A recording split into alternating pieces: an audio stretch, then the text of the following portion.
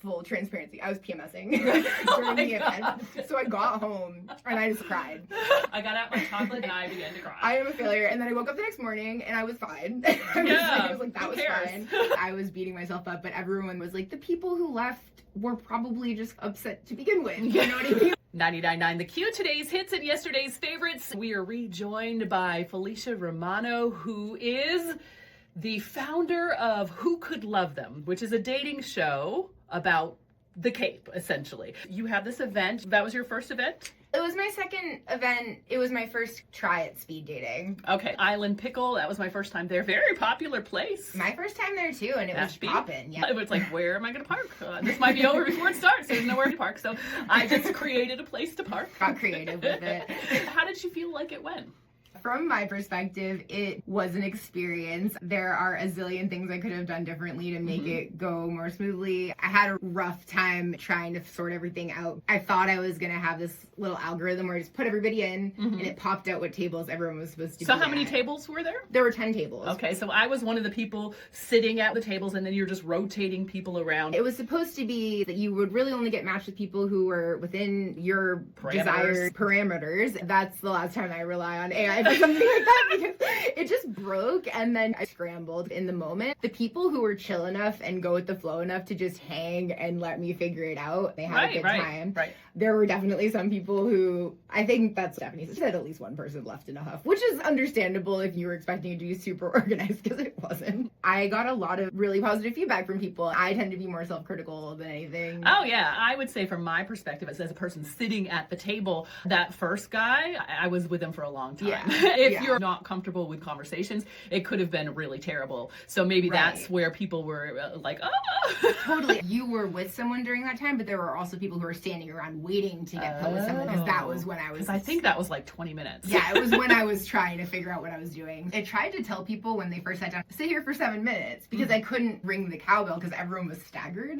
So it was kind of a mess. No one stopped themselves at 7 minutes. Everyone just kept sitting. Yeah, I didn't hear that part. So I was just like, okay. It's so funny though because once I finally got it going, actually giving people the timing of a speed date, which is 6 to 7 minutes, people were complaining that they didn't have enough time. I didn't get a chance. I'm just starting up. Yeah, I did hear that a couple of times. Yeah. There is a certain level of when you put yourself in the position of trying to gather people in this way, all ages, all sexualities, all genders.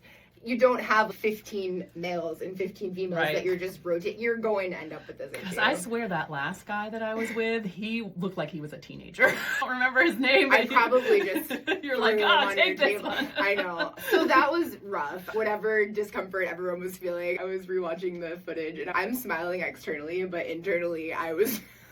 screaming. But there were actually love connections made. Oh, really? I just read that speed dating is making a comeback. So if you do want to do this again, give it another try. People love to tell me to do more events, and no one with actual executive functioning skills wants to.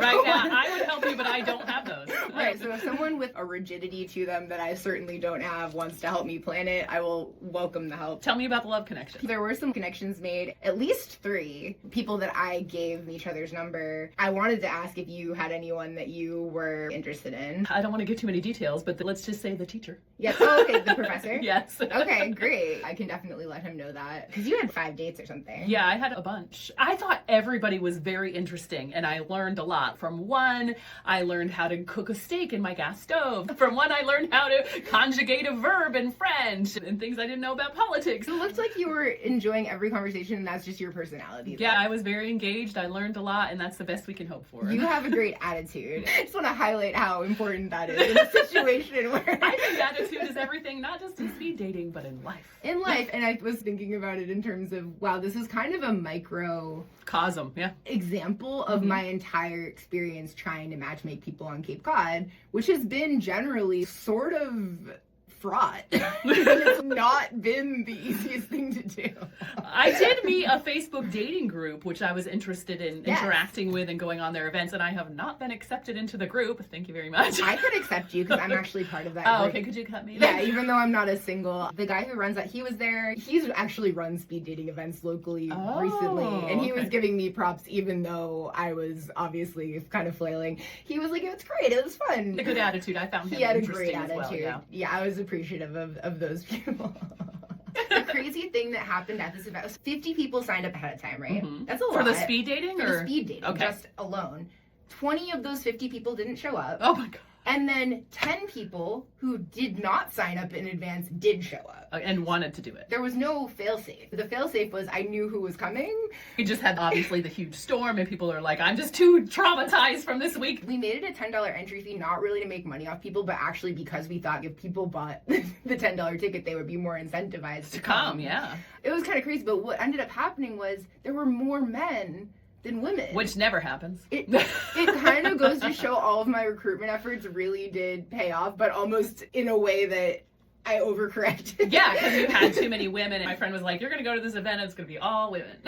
Because that is how it normally is. And so in some ways I also was like, wow, I kind of beat the system a Woo, little woo, bit. woo. Because I also knew that you had a good attitude, so you would just be able to I have a can talk to conversation. anybody. That's true. Yes, and there were definitely people who were interested in you. I will have to check in with the guy that you're talking about, actually. He's been involved since the beginning. Okay. I set him up on 6 dates. I think that's probably 6 dates that he wouldn't have gone on otherwise, but he was not happy at the end of the event. Really? Yeah, he kept coming up to me during it and being like, be my wing woman, when I was trying to manage 40 people. I have stuff going on right now. And I was sort of like, there's some lack of reading the room here, but I've genuinely enjoyed him and really wanted to find him love, but he sent an email after it. No one seems to be interested in me.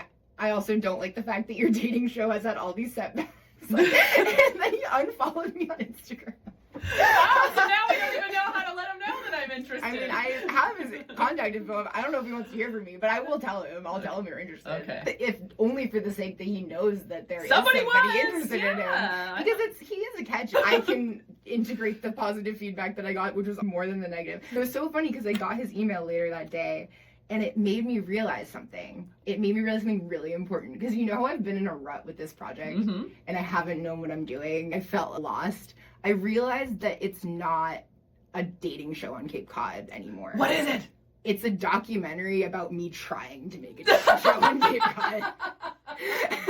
And the pitfalls that come with that. The actual things that happened in that. Because you event. were looking for a twist. That's your The twist. twist is that it's not a dating show. It's just a documentary about what this all was. We have so much footage and fodder. I'm excited again. There was a time, I had 5 months there where I was It's really kind of lost. defeated, yeah. That's the silver lining of it all. I will not be planning any more events for anyone wondering. Aw.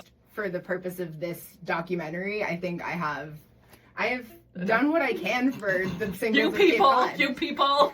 No, I do still have someone I want to set you up with. He couldn't come because he's Okay. a DJ. I'm still going to try to set up the people I wanted to. I'm going to do some interviews with people who met and fell in love on Cape Cod, Okay. and that will be the end of it. So the show is over. The show is over. Yes, the show is over. The documentary is just beginning. Well, the documentary has most of the footage I That will it need. needs. I'm just excited to tell a story that's true And and not different. one that was aspirational.